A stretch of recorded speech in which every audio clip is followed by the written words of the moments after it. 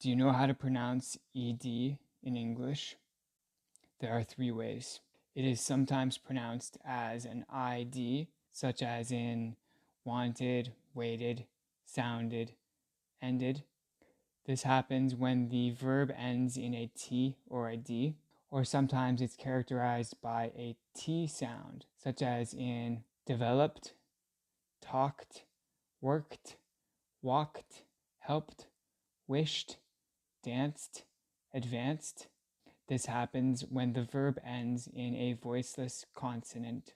That is a sound made without vibrating the vocal cords. Or it could be characterized by a D sound, such as in planned, rode, called, loved. This happens when the verb ends in a voiced consonant. That means a sound that you must vibrate the vocal cords to make. Follow for more tips in English.